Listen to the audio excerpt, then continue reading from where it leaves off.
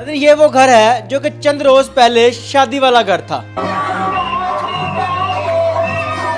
इस घर को सफे मातम में तब्दील कर दिया गया।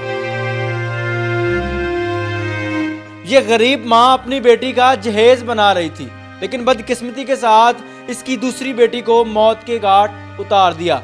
माजरत के साथ मौत के घाट नहीं, बेदर्दी के साथ मारा गया। अब मैं ये भी लफ्ज कहूं तो मेरे ख्याल से छोटा है। 26 साल सना पर तेल डालकर उसको आग लगा दी जाती है।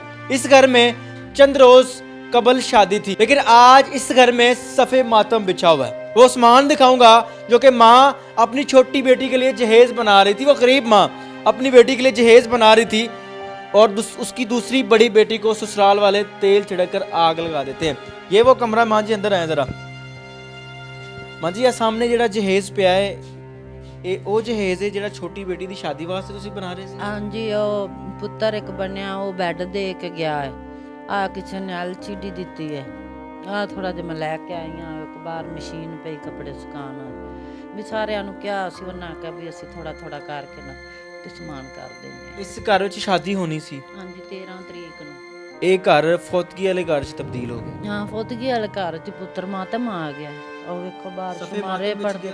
ਹਾਂ, ਮੈਂ ਪਿਆਣੀਆਂ ਕਿਆਮਤ ਟੁੱਟ ਗਈ ਹੈ ਮੇਰੇ ਘਰ 'ਚ, ਜਵਾਨੀ ਦੀ ਮੌਤ ਹੋ ਗਈ।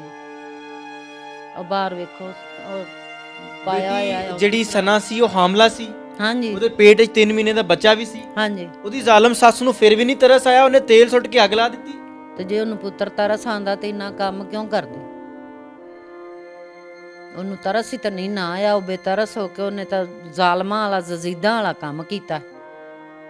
ये वो सामान है जो कि अपनी छोटी बेटी के लिए जहेज बना रहे थे और इस घर में चंद रोज बाद शादी होनी थी, लेकिन माजरत के साथ और अफसोस के साथ ये घर मातम वाले घर में तब्दील हो गया।